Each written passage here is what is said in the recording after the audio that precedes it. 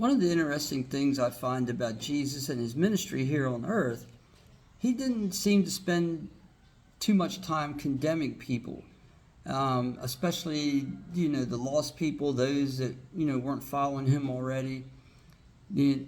Like the woman at the well, someone who was a known sinner. He didn't condemn her at all, not one word of condemnation. But he spent a lot of time, it seems like, condemning the religious leaders of the time. You see, these are the people that knew the law. These are the people that were supposed to be teaching and training others to follow God, to be looking for the true Messiah, to be able to recognize the true Messiah. But they were so corrupt. The Pharisees, the Sadducees, the scribes, the religious leaders of the time were very, very corrupt. And they had the wrong idea of what it was to follow the Jewish law.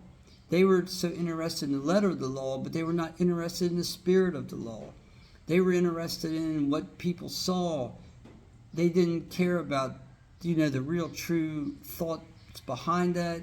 They didn't care about how they felt about different things. It was all about what people saw. It was putting on a show to make themselves look good. And here in the passage in Matthew chapter 23, in verses 23 through 28, it starts out 3 different times throughout here, "Woe to you scribes and Pharisees, hypocrites." Jesus is calling them out, saying, you guys are in big trouble. You're going to be judged for what you're doing, basically. He said, because you're hypocrites. You see, Jesus was not a hypocrite. What you saw Jesus on the outside was the way he was on the inside. If he said he loved you from the inside, not just putting on a show, not just dressing himself up on the outside to impress you or to whatever. And the first thing that Jesus talks about here is, tells them, you're paying a tenth of everything. So you're giving, you're paying a tenth, yet you don't even care about the justice, you don't care about mercy, you don't care about faith. The things that you need to do as a religious leader when you're interacting with people. See, it's not just about giving, but and putting on a show. It's about how they were supposed to be treating people. They're neglecting and not paying attention to their real jobs, the jobs that was really important. Again, he uses the phrase, "Woe to you scribes and Pharisees." And he says, you clean the outside of the cup and dish, but inside they are full of greed and selfishness. And then he goes on to say, blind Pharisees, first clean the inside of the cup so that the outside of it may also become clean. That's an interesting thing. Look at the way God works in our lives. He never told us that we had to be clean on the outside first. God comes into our lives. He brings us into his family as a child of God. He cleans us up on the inside first with our attitudes and our bad behaviors and things like that that come from our heart. And then the outside stuff that people see changes. First he has to change us on the inside, then the true changes, the changes that matter, and stuff, then what they see on the outside comes along. It comes along with it. So Jesus saying, don't leave your cup dirty on the inside. Make sure you clean it on the outside first. And then the third time he says, woe to you scribes and Pharisees in this passage. He says, you are like whitewashed tombs which appear beautiful on the outside, but inside are full of dead men's bones and every impurity. And you know how true that is.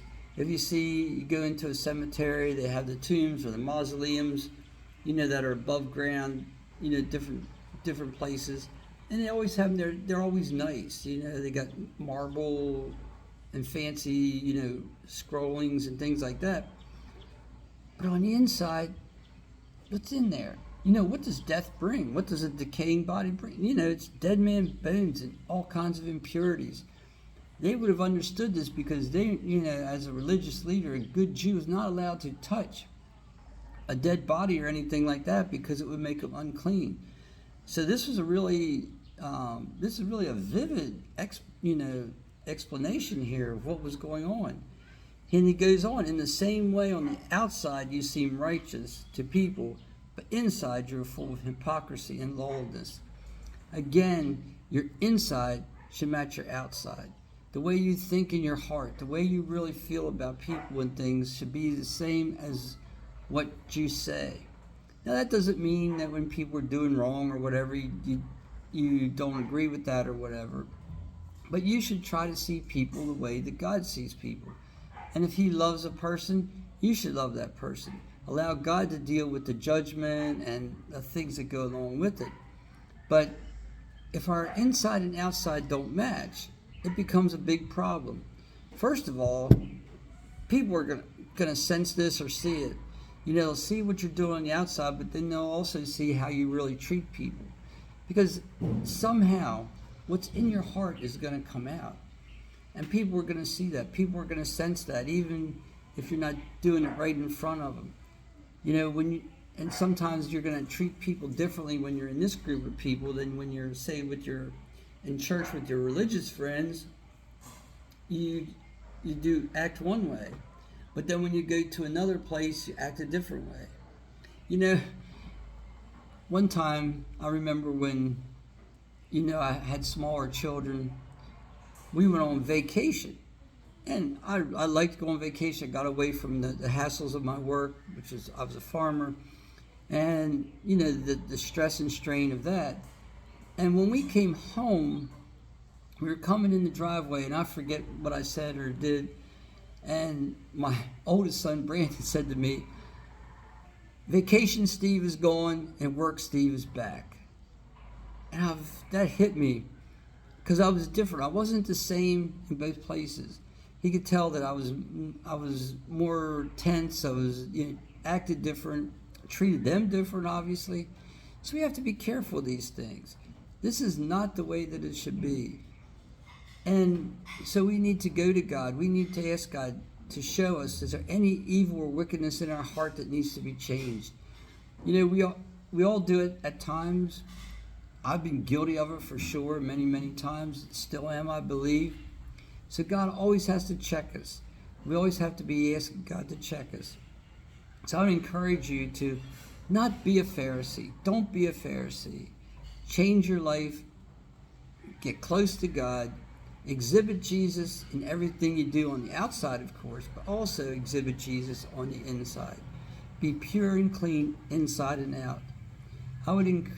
If you've been encouraged or anything by this video, please like, share, and subscribe. Leave any comments.